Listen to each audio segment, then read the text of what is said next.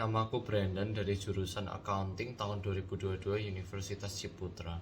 Pada video kali ini saya akan membahas tentang salah satu konsep yang termasuk dalam mikroekonomi. Topik yang akan saya bahas adalah persaingan monopolistik. Persaingan monopolistik secara singkat adalah suatu kondisi persaingan di mana suatu perusahaan besar yang memiliki banyak anak perusahaan dan juga memiliki produk yang terdiferensiasi dan terdiversifikasi. Biar kalian dapat membayangkan dengan baik, saya kasih contoh Indofood. Kita semua tahu Indofood memiliki produk di bidang pangan. Ada banyak, yaitu Indomie, lalu Indomie Pop Mie, Sari Mie, Super Mie. Lalu makanan ringan ada Citato, Nutella, Ciki, dan lain-lain. Dengan banyaknya jenis produk bidang panganan ini, Indofood bisa kita bilang produk perusahaan Indofood itu terdiferensiasi. Kalau gitu, apa sih itu diversifikasi? Jadi ada perusahaan holding atau holding company namanya Salim Group. Nah, holding company namanya Salim Group ini membawahi banyak perusahaan dari berbagai macam sektor, mulai dari panganan, minyak sawit, gas alam, bahkan barusan ini mereka invest ke bisnis batu bara dan green energy melalui private placement di PT Bumi Resources Tbk milik Bakri.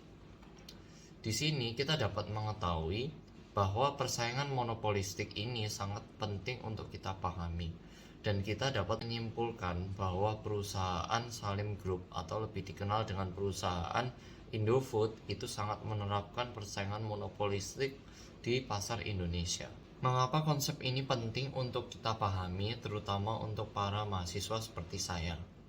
Pertama, yaitu agar kita dapat menentukan tempat kita akan berkarir di masa depan. Pastilah selesai kuliah, ujung-ujungnya kita harus cari kerja. Entah kita kerja di perusahaan orang lain ataupun kita mendirikan perusahaan sendiri. Kita harus paham konsep persaingan monopolistik ini agar kita dapat menyikapi keadaan dengan baik.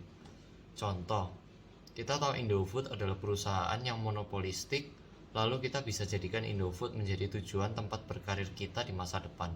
Karena perusahaan tersebut sangat monopolistik, besar, lalu juga memiliki banyak bisnis. Kedua, dengan kita paham konsep persaingan monopolistik, kita dapat memanfaatkan hal itu. Contoh, kita bisa invest ke saham mereka karena perusahaan tersebut sehat, kuat, bisnisnya banyak, dan otomatis pasti perusahaan tersebut akan selalu sustain di kondisi apapun.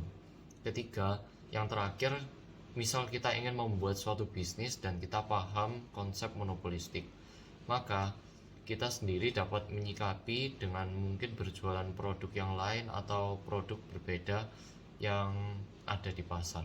Gimana cara kita sebagai anak muda dapat mengambil peran dalam persaingan monopolistik ini? Kalau bisa saya bilang, yang pertama, kita investasi saham. Bukan jual beli atau trading saham, tetapi invest saham secara long term atau menabung saham secara jangka waktu yang panjang. Karena perusahaan yang monopolistik itu cenderung akan sustain untuk waktu yang panjang. Maka jika perusahaan yang kalian invest sahamnya itu berkembang, lalu harganya naik, maka kalian dapat mendapatkan untung berupa capital gain dari kenaikan harga saham dan juga dividen atas saham kalian, yaitu pembagian laba per lembar saham kalian. Sekian dari video ini, semoga bermanfaat dan membuat Anda paham tentang konsep persaingan monopolistik.